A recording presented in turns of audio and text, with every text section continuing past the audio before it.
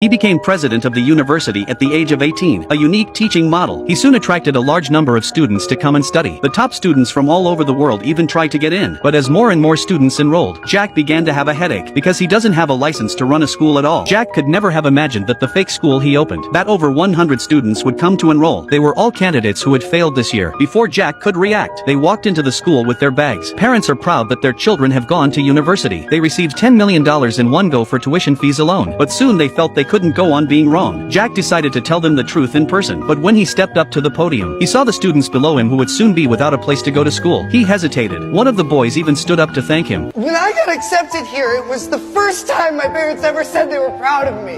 And it was at this moment that Jack was moved. These people below the stage were just like himself. In the eyes of their teachers, they are all underachievers. But do marks really define a student? Just like Jack, everyone here has their own interests and hobbies. They also have a skill and they should not be left behind. And now, saving them is like saving yourself. Shouldn't we all have the chance to be said yes to? At South Harmon, we say yes to you. We say yes to your hopes. We say yes to your dreams. We say yes to your flaws. So welcome.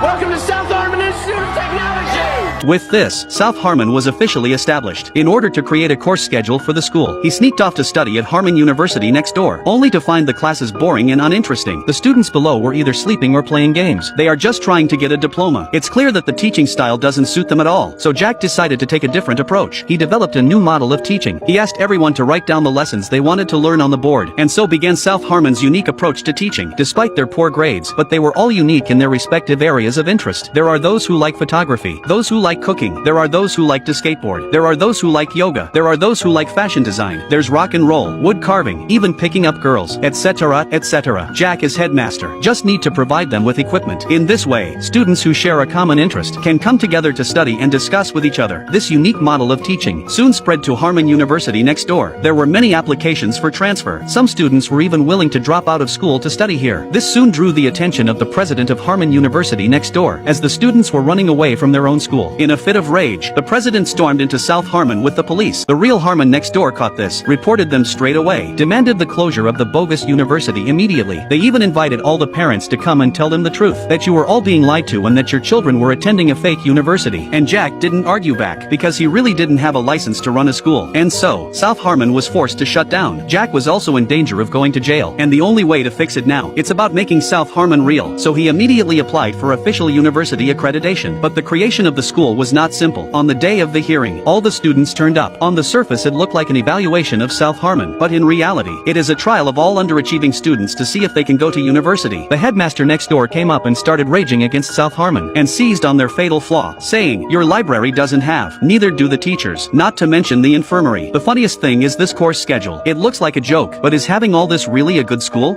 The purpose of learning is not just to get a diploma, but to discover the best in each individual, and magnified this shining point infinitely. The stage erupted in thunderous applause, and the opposing headmaster was utterly defeated. The judge also endorsed his idea. The real purpose of education is not to get high marks. It's about stimulating the creativity of students. There is nothing wrong with meritocracy in good schools, but how many geniuses will be lost in the process? Then finally they decided to give the boys a chance to prove themselves, because the world needs some change. Each of us is a unique being. Scores don't determine everything. Maybe to others we are fools and crazy, but you have to know, only those who are crazy enough to think they can change the world. It's the ones who really change the world. This is a 2006 American comedy film called Accepted. After getting rejected from every college to which they've applied, a group of friends decide to create a phony university instead. Do well to watch it if you finds it interesting. Highly recommended.